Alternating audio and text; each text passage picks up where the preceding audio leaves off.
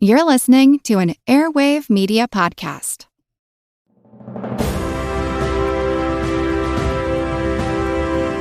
Hold your ears, folks.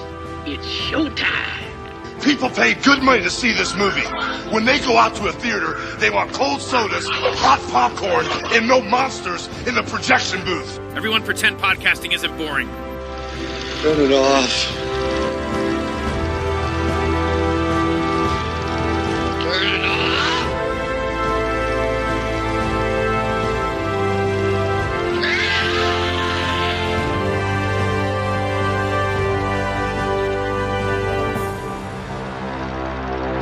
I was born in a small town called Czechoslovakia, a town of a size, I would say, like that skyscraper over there.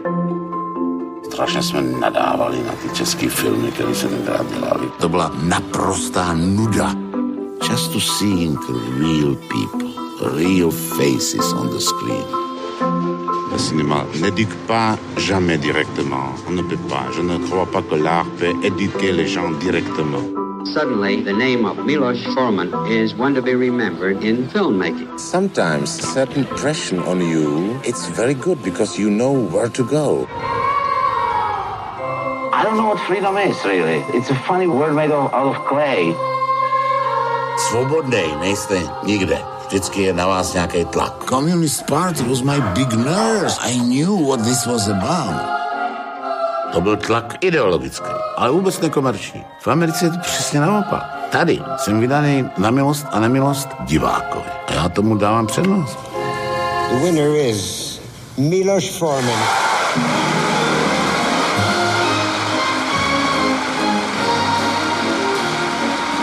I know that we are not immortal, but I just don't want to live with an idea that I'm gonna to die and nothing makes sense. Hey folks, welcome to a special episode of The Projection Booth. I'm your host, Mike White. On this episode, I am talking to one half of the directing duo behind the film Forman vs. Forman. I'm talking with Helena Trestíková. You'll also hear from Daniel Vadocký, who is the sales rep for the film, as well as helping Ms. Trestíková with her English. Obviously, her English is way better than my Czech.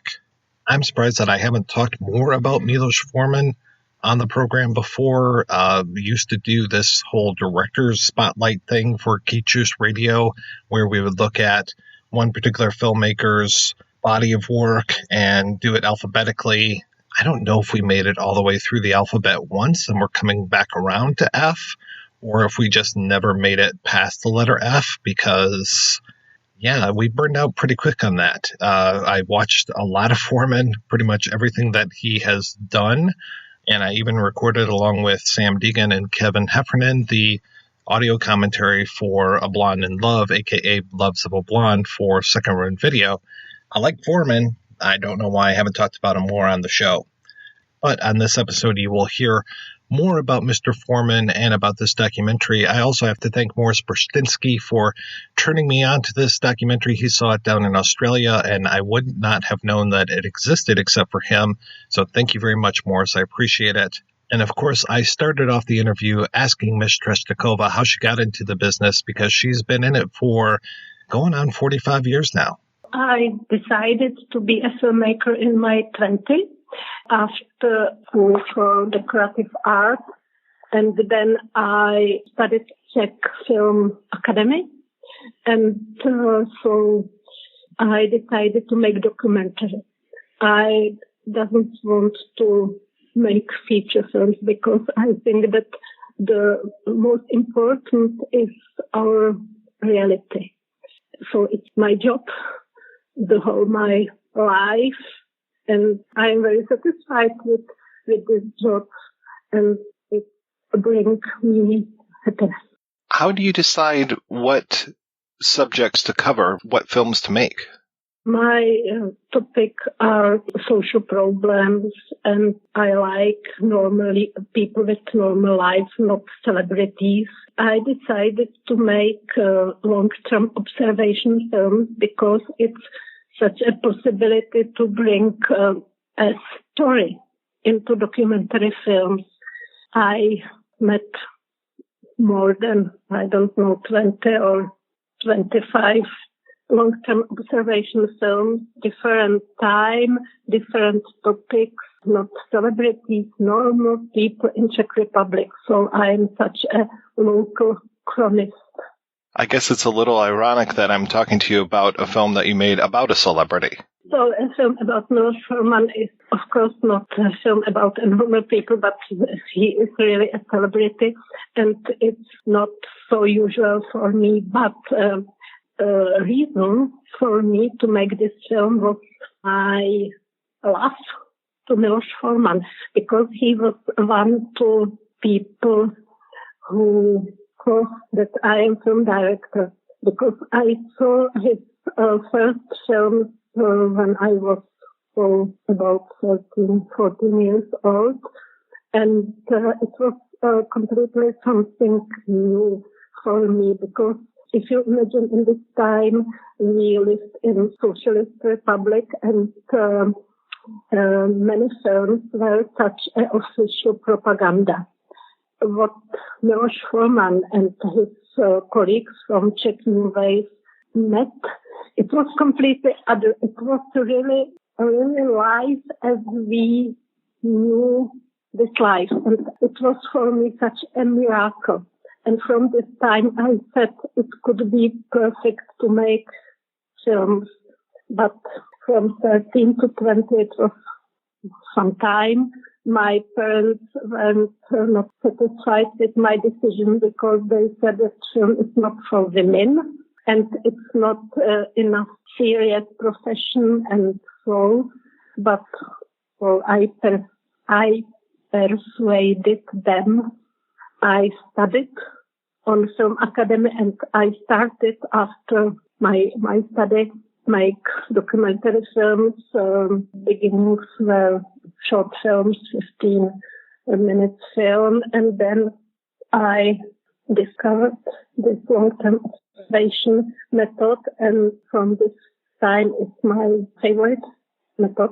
And to Miloš Forman, he knew my film, this long-term observation, and he said that it's for him very important that he loves documentary films, but for him he misses a story in documentary films, and this method brings story, and it's for him very interesting. And I sent him my film through the first time on DVD and then through air, and he answers every time. I have some letters from him, such a feedback to this film, and so it was for me the highest pleasure, because he was really my hero. How old were you when the Prague Spring happened? 19. How did that change things for you, especially after the invasion? It was the most horrible time in my life, because in this time, in my 19, I worked as an au pair in Germany, in West Germany. So my friends there said to me that I have to stay in Germany, that in Czech Republic my future is very dark and uncertain. And in this time where my parents, they visited me in Germany, and they decided that they wanted to stay there because they had a very bad experience with communist system. Because, for example, my father was a lawyer, and 10 years he worked as a worker. Contract worker? In a factory, because he was not a member of communistic party, and it was such action, intelligence into factory. Move the intelligence to the factory, And my father worked 10 years in a factory. So their experience were not good, but I said, No, I don't want to stay here because I am Czech and I will live in Czech Republic in all circumstances because it's my land and I cannot live in other country because this time I was 2 months in Germany in very rich family as au pair, yes, and I saw some things I didn't know from Czech Republic, for example, washing machine and dishwasher machine. It was for me something extraordinary. I was from a pure country, but I was from country where culture was very rich, and I had there all my friends and all my aims were connected with Czech Republic. I never regret this decision. So life after invasion was not easy. It was the time has a name normalization, but it was such pressure on normal people and so. But so I am Czech in all circumstances. The Czech Republic does have such a rich culture, as you said. I am curious, after the occupation, how did that change films and filmmaking? And did, say, Miloš Forman, was he viewed as maybe being not as great of a filmmaker since he left the country? Yes, of course, many famous filmmakers and artists from different parts of art emigrated. You can imagine this, that it was all art was signified by censorship. Censorship were everywhere, yes. And so I studied 5 years, and then I worked in this. Was such the name of this institution was short film in 3 made short films where our films were screened before feature films in cinemas. Yes, it was such a curious distribution politic. So my topic was social themes. These social themes were acceptable in this time, and so, for example, in year 80, I started with such a project, the first long-term observation project, and the topic was to observe a young married couple 6 years from their wedding, yes, 6 years. So, from year 80. And because there was such a problem with many young couples,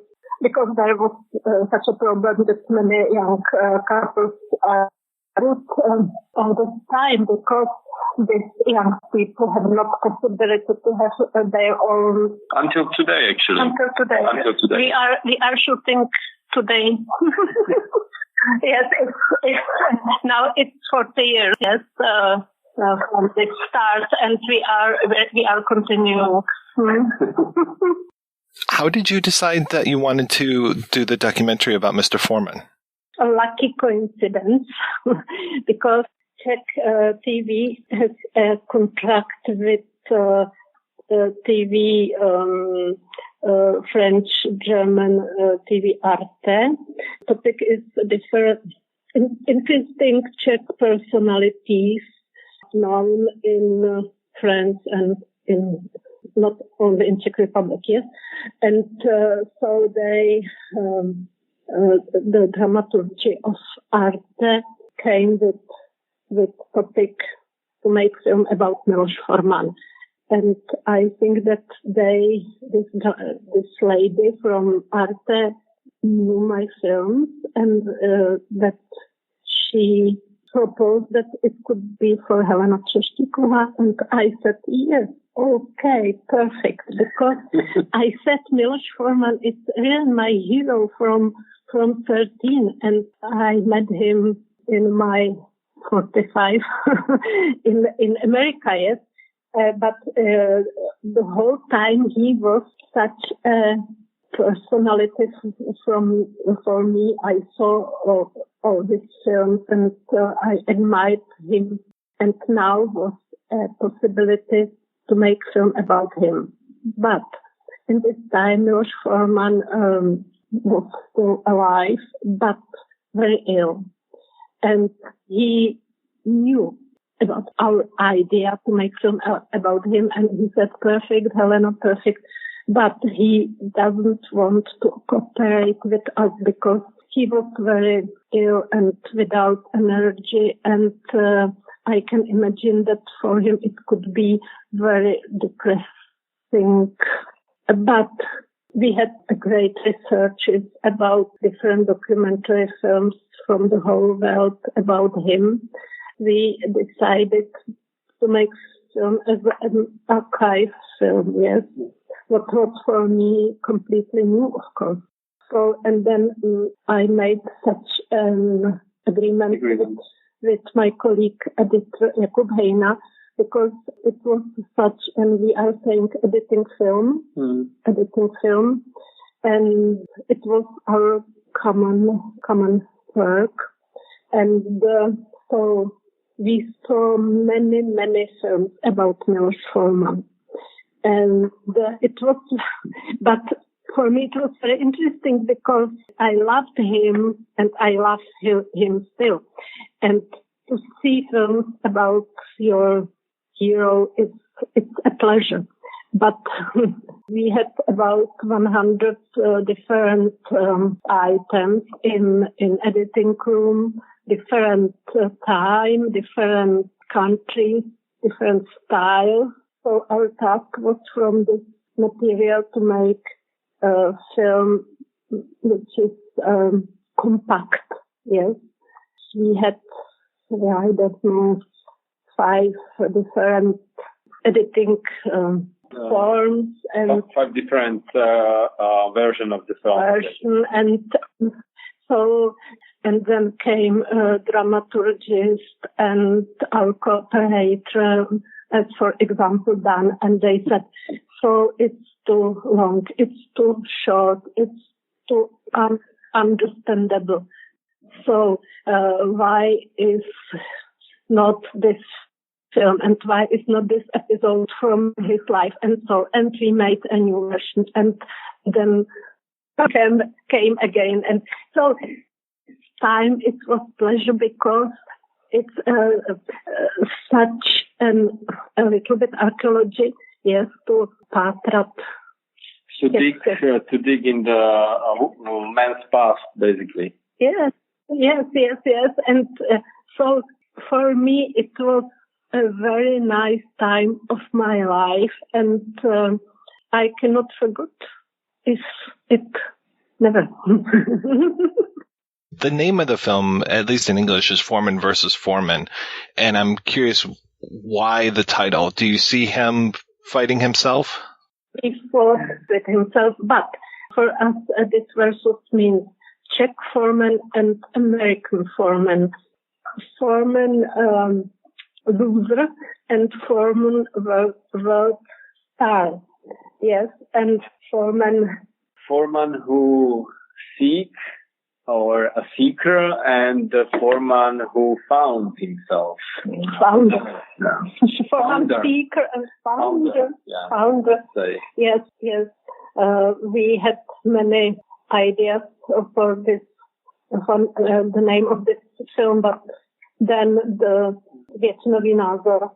Yeah, it was because we were, if I may, we were looking for different titles. But if you check all the documentaries about famous, actors, directors, and whoever, it's always my story or whatever like this. So we needed to accept one of those titles basically, and most of the people voted for versus because it fits well, we thought.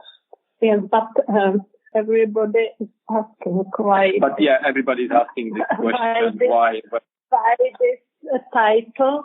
And we are explaining, and I hope that it's interesting explanation. I hope. I mean, I like the title and I like the behind the scenes, and I like that Forman is telling his own story. I also really like that you had Peter Forman doing the narration, because he sounds so much like his father. Yes, and there's so many ideas such Forman in different documentary films, but some important things from his life we needed to give into the film. So we worked with different books and so about Forman, and Peter Forman helped us with this. And for example, I wrote sentence and he said, no, this is not This is not how my father would say that. He would say it like this. He would say it like this, and he made a change. So it was very important too. And so then, of course, you can imagine that it's not so easy for a son to work on a film about his father, but the feedback from the whole Forman family was perfect, so I was very happy. And I add to this because I'm trying to, and I'm the one responsible for sales and festivals. And always when I go somewhere, and we go with Helena somewhere, and we got this question about Forman's son. They always try to be like very bright about who is talking right now, but most of the time they think that when Miloš Forman actually is talking, it's his son, and vice versa. So it's quite funny that they realize that it's some different voice, but that different voice is usually the Miloš Forman one. Yes. What I would like to see that for me was in Forman's story one of the most important moments, and it was his attitude to freedom. Because it, for us, with our experience in Czech Republic, freedom is very, very important. And in all his films is this value very strong. In some, for example, this cuckoo nest, it's about freedom, and it's without his experience from totalitarian system, he couldn't make this so perfect. And for me, it's the highest value of his films, yes.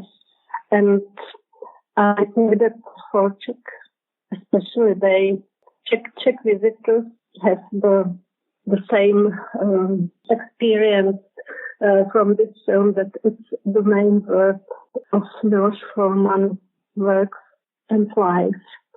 I understand why you end the film around the time of the Velvet Revolution. Though I have to tell you that this is one of the few films where I really wish it was longer, because I just enjoy it so much.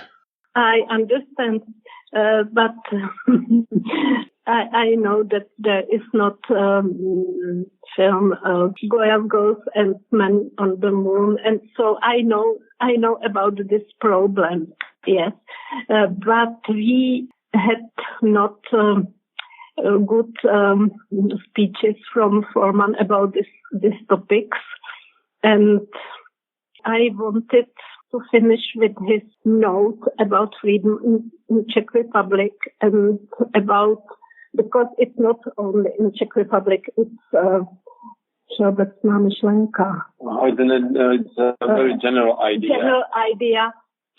People have to find freedom in themselves. Yes, and it's for all people in all countries.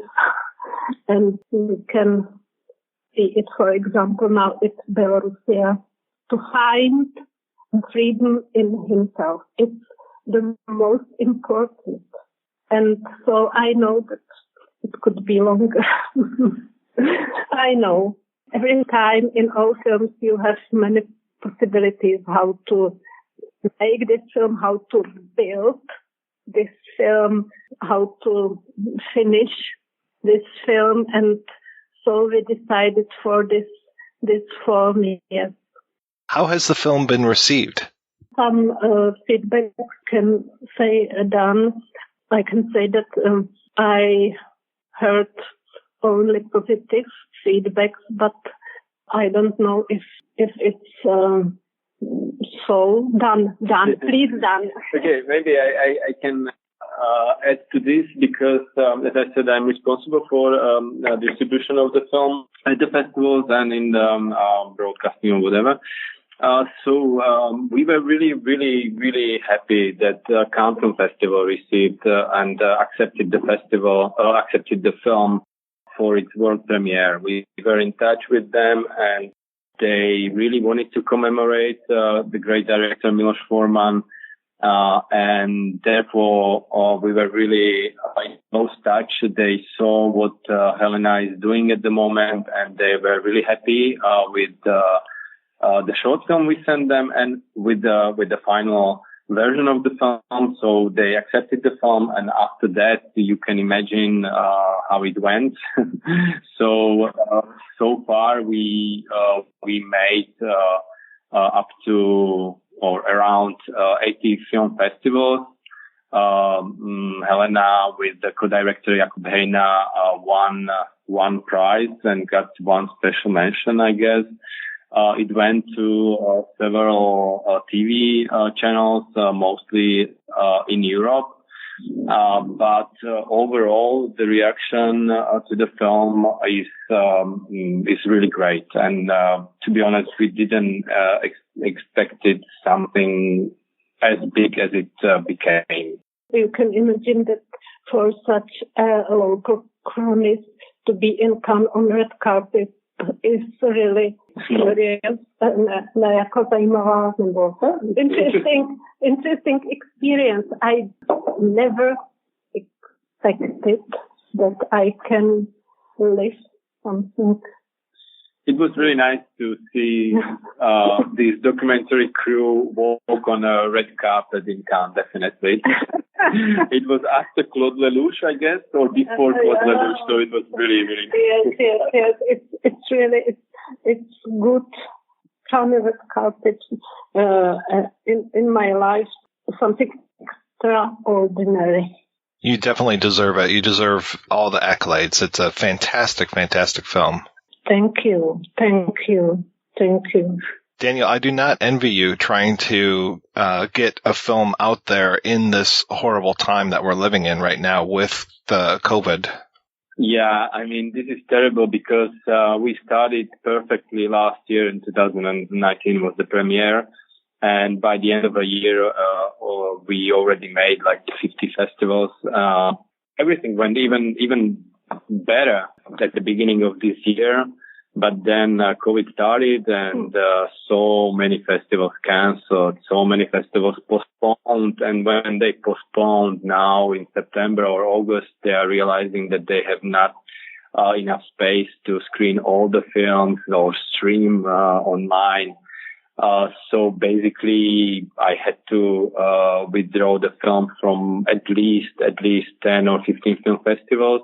But I mean, yeah, that's the time we are living, and we try to adapt. We are looking at new ways how to distribute it, how to put it at the festivals that are still happening online, at least through these channels, to find new people who might be interested in, like you, for example, which is very nice. So yeah, my credo is a charm, and so we have to find new ways, and probably not only we, but the whole world. It's interesting. I think for the documentarists, it's very interesting situation.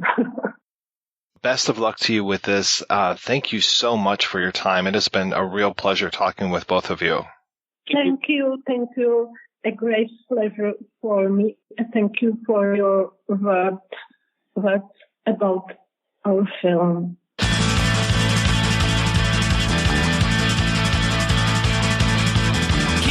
quiero, a mí los forman por su manera de ser.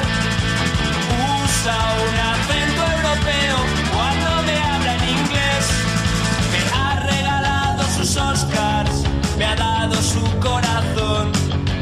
Voy a aprender a componer y cantarle esta canción. ¡Viva la República Checa!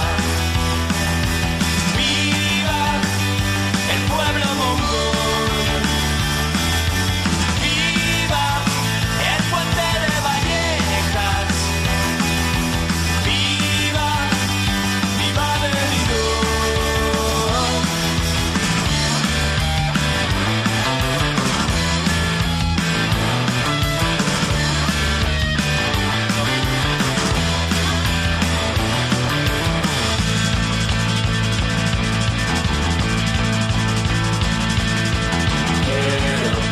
A mí los forman por su manera de ser. Quiero, a mí los forman por su manera de ser. Quiero, a mí los forman, a mí los forman, a mí los forman.